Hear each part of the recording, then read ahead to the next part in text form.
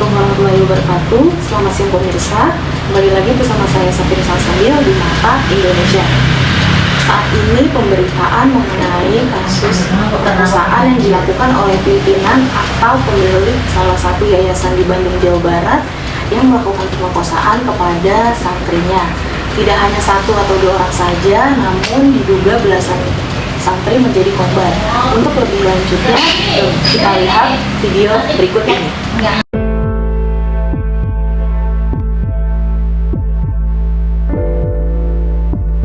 HW, 36 tahun, pelaku kasus pemerkosaan belasan santri menjalani sidang perdananya Selasa kemarin 7 Desember 2021. Agenda sidang yang dipimpin Ketua Majelis Hakim Y. Purnomo Suryadi itu digelar secara tertutup. Sejumlah saksi yang dihadirkan dalam sidang merupakan santri korban dari kebiadaban HW. HW merupakan guru sebuah pesantren di Cibiru, Bandung. Jaksa Kejaksaan Negeri Bandung, Agus Murjoko menyebut perbuatan terdakwa dilakukan dalam rentang waktu 2016 hingga 2021.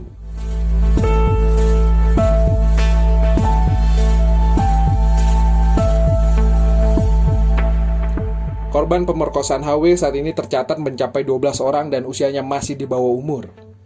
Bahkan 7 korban diantaranya sampai hamil dan sudah melahirkan 9 bayi. Atas kelakuan HW, semua korban rata-rata mengalami trauma berat. HW juga didakwa dengan pasal berlapis dengan ancaman hukuman maksimal 15 tahun penjara.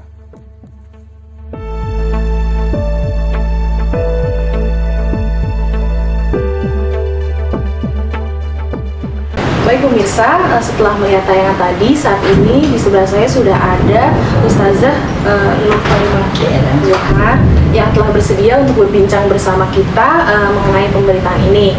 Namun sebelum lanjut, angka baiknya kita kenalan dulu sama Ibu Nufaimah Zohar ya. Assalamualaikum Ustazah, bagaimana kabarnya? Waalaikumsalam, alhamdulillah baik. Alhamdulillah.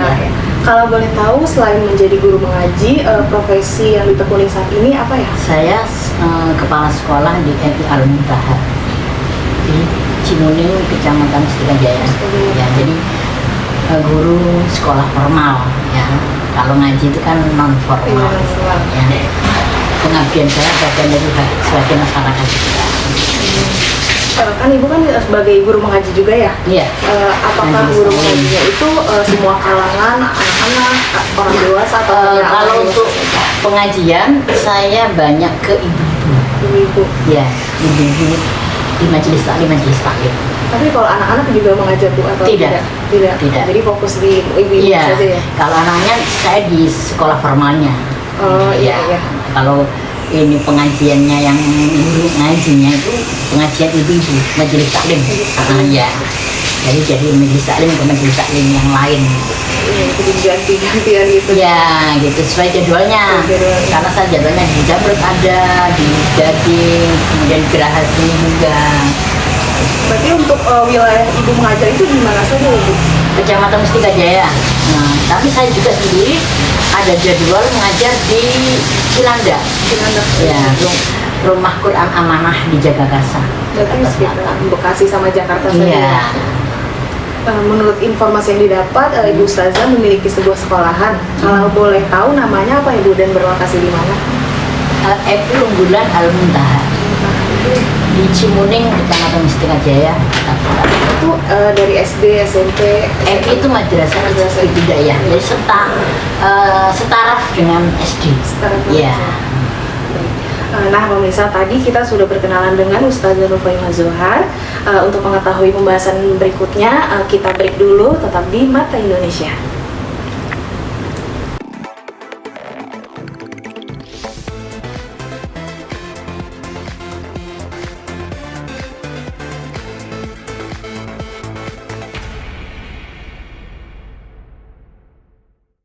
Shopee COD, Shopee COD. Bayar langsung di tempat. Shopee COD, Shopee COD. Pasti dijamin aman. Pakai Shopee COD.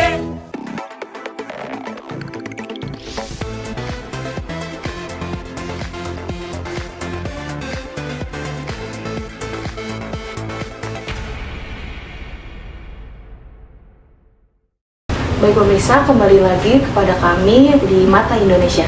Ya, Ustazah, kan sekarang itu baik di media massa atau di media sosial banyak sekali pemberitaan mengenai kasus pemerkosaan santri oleh pimpinan yayasan. Menurut Ustazah atau tanggapan respon dari Ustazah itu sendiri itu gimana sih? Ya, pertama pasti memprihatinkan ya, apalagi lembaga yang ada label agamanya. Tapi kita juga tidak boleh mengeneralisir ya. Ya memang ada beberapa yang harus kita kritisi ya dari lembaga yang terutama yang ada label agamanya, karena lembaga dengan ada label agama itu pasti mempunyai tanggung jawab moral yang lebih besar daripada lembaga yang tidak, yang gitu ya, bersekolah biasa gitu. Pasti tanggung jawab moralnya itu lebih, karena harapan masyarakat yang menyekolahkan anak di situ juga ada satu keinginan yang lebih daripada kalau misalnya saya sekolahkan di atau di sekolah umum ya, pasti dia pengen anaknya mempunyai adab atau akhlak atau etika yang lebih baik. Nah itu sebenarnya tanggung jawab besar. Makanya kalau ada kasus seperti itu memang sangat memprihatinkan. Tapi juga tidak bisa kita generalisir, tetap mensamaratakan. Apalagi terus kemudian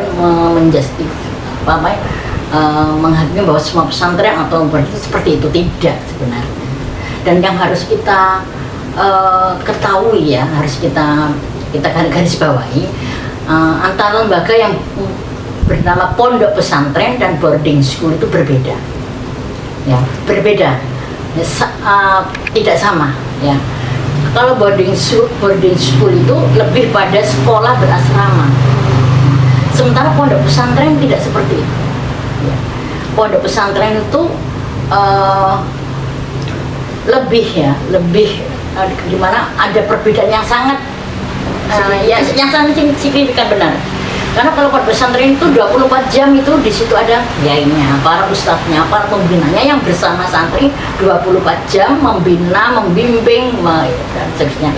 Walaupun pastilah namanya sekian banyak anak itu ya, pohon aja produknya nggak semuanya bagus ya, pasti ada. Demikian juga di boarding school itu pasti juga ada boarding school yang bagus juga ada. Cuman kalau boarding school itu lebih kepada sekolah berasrama. Sekolah berasrama ini kenapa muncul sekolah seperti ini?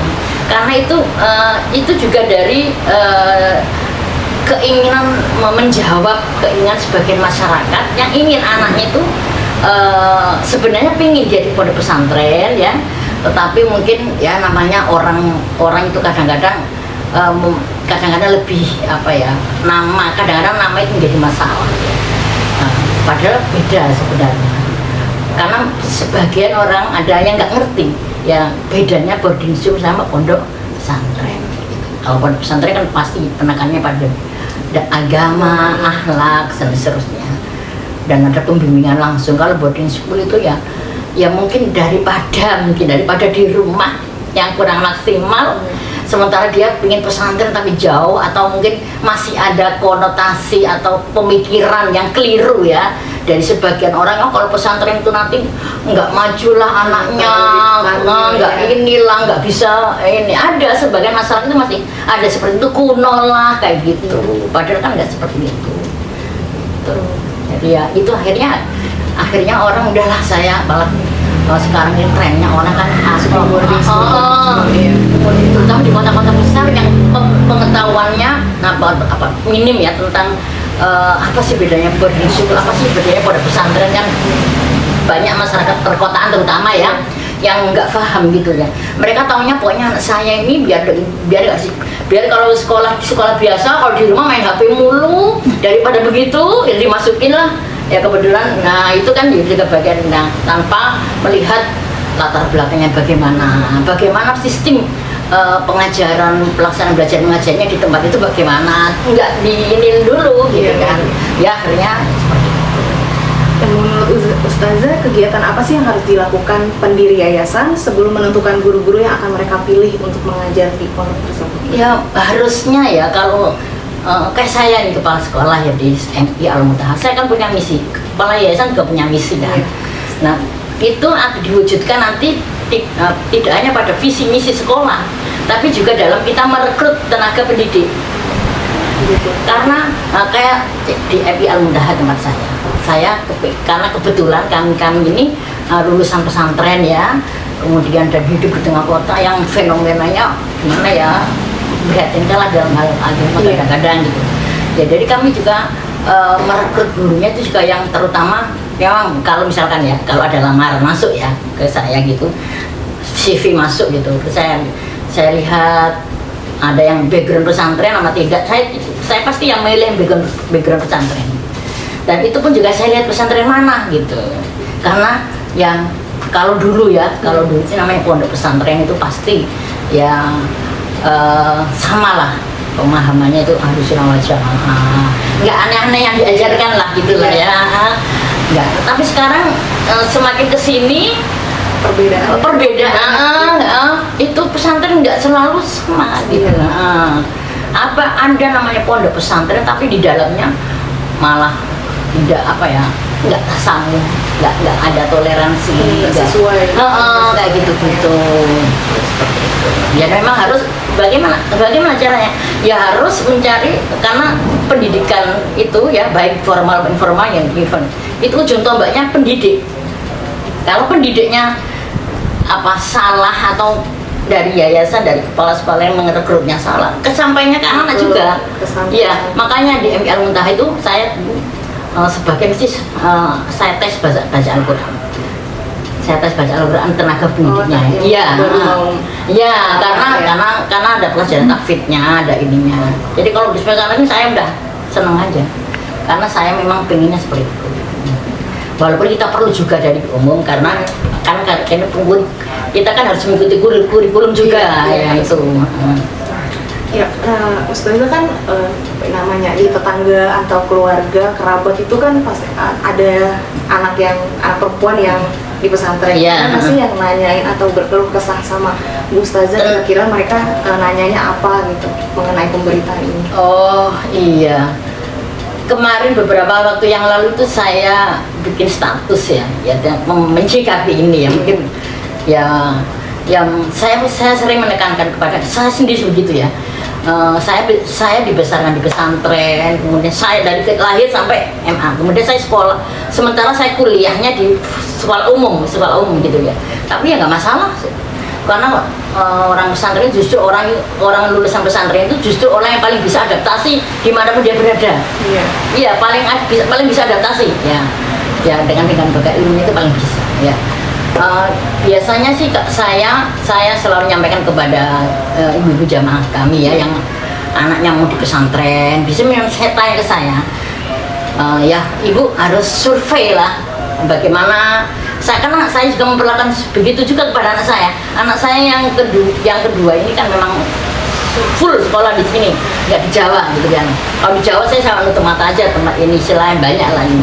Itu bukan waktu di pesantren, sejak SD pun saya sudah survei tempat sekolah anak saya. Iya, waktu itu anak saya kan ada SD anak 2 sini. Ternyata kan namanya anak pertama udah beda ya. Anak saya nggak bisa bangun, udah inilah gitu. Terus saya mencari sekolah alternatif lain, sekolah yang sama dengan anak 2 ya. Pemahamannya, ajaran agamanya, ibadahnya. Tapi yang di sini ada terlalu, saya kurang seret. Ada itu enggak? Waktu itu aku bilang enggak. Kemudian saya ke SD Al-Burhaniyah. Saya ketemu kepala sekolahnya, gimana Pak, gini. Ngobrol lah. Oh, berarti saya cocok dalam pengertian. Oh iya, dia diajarkan di sini sholatnya Pak. Ya, kemudian ya Ahlussunnah wal Jamaah lah saya bilang gitu. Ya, kita bisa kunut, kirim doa pada orang yang meninggal, kita maulid juga ada, zikir setelah sholat ada gitu. Ya, saya suruh situ. Walaupun SD, di pesantren juga begitu. Saya survei dulu ke pesantrennya. Ya karena jangan saya terus terang nggak mau salah gitu loh ya. Nggak mau salah. Jangan sampai dia ini nggak benar gitu. Saya tulisnya begini, saya memahami Ahlussunnah wal Jamaah yang ya seperti saya sebutkan tadi. Jangan sampai saya nggak mau berbenturan soal ideologi dengan anak saya nggak mau gitu. Ada perbedaan. Iya, ada perbedaan, saya nggak mau. Jadi saya antisipasi dari awal, di sekolahnya saya survei cocok. Jadi saya sampaikan kepada ibu-ibu kalau mau memasukkan anak ke pesantren disurvei dulu, tapi jangan terpaku pada tempat. Kadang-kadang salahnya wali murid itu, oh tempatnya enak, ada kasurnya, nah itu karena itu salahnya. Padahal yang harus disurvei itu adalah sistem pembelajarannya gimana, yang diajarkan itu apa, gitu. Guru-gurunya seperti apa, penerapannya di pesantren seperti apa, itu yang disurvei. Nah, yang kebanyakan dari orang-orang kota ini yang ini ya, yang udah gedungnya, fasilitasnya, betul, fasilitasnya. Gitu. Iya, itu sih pertanyaan terakhir yang saya berikan, Bu. Baik, terima kasih. Tadi kita sudah berbincang bersama Ibu Ustazah Nur Faimah mengenai kasus pelecehan seksual. Saya ucapkan terima kasih kepada Ibu yang telah bersedia datang dan memberikan waktunya untuk memberikan tanggapan. Kurang lebihnya mohon maaf. Sama-sama, saya juga mohon maaf. Terima kasih. Wassalamualaikum warahmatullahi wabarakatuh. Waalaikumsalam warahmatullahi wabarakatuh.